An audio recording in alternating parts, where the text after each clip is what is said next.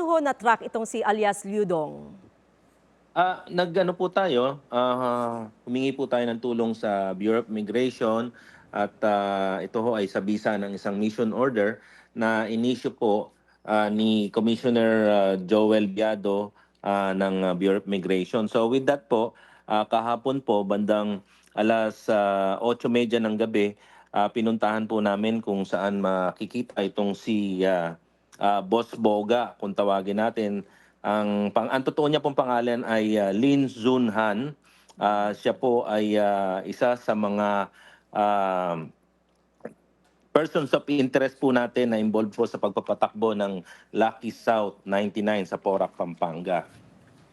Opo. Kapag sinabi hong big boss ng Pogo sa Pilipinas, as in, kontrolado ho niya lahat ng operasyon sa ating bansa? At since when pa ho ito?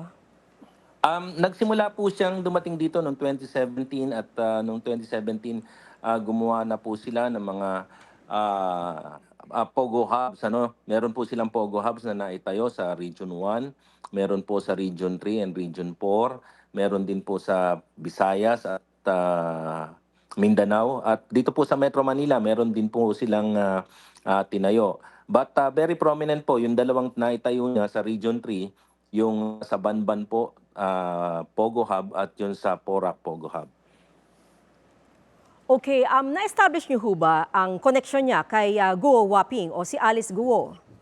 Yun po yung part ng investigation na ginagawa natin. But doon po sa Porac Pogo Hub, nandun po yung pangalan niya, yung alias Boga. Siya po yon. At siya po ay hindi lang po natin siya dinatnan nung tayo ho ay pumasok dyan sa Porac Pogo Hub. Hindi po natin siya inabot. But yun nga ho, kaya nagkaroon po kami ng operasyon na siya po ay ma-search, mahanap po. So at least ngayon po ay nakuha na po natin siya. Opo.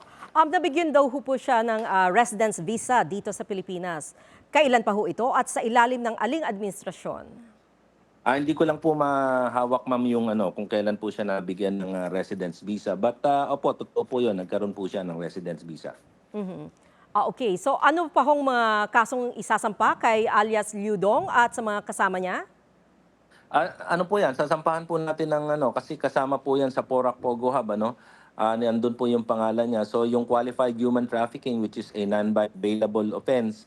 At of course, yung violation po ng mga kasamahan niya, kasi hindi lang po si alias Boga o itong si Lin Sun Han, yung nahuli po nating foreigners. Meron pa pong 12. So, nandito na po yung Bureau of Immigration para mag-conduct po sila ng inquest proceedings, immigration inquest proceedings para po sa violation naman po ng 12 foreign nationals. So, ibig sabihin po ba nito tapos na talaga ang kanilang maliligayang araw ng mga illegal POGO operators sa bansa o talagang marami-rami pa ho ang ating o ang inyong mga gagawin?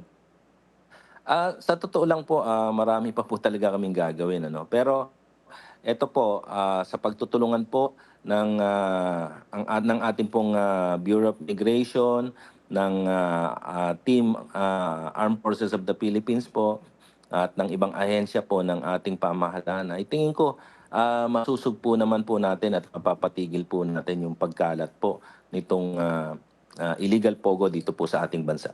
Okay, maraming salamat, Yusek Gilbert Cruz.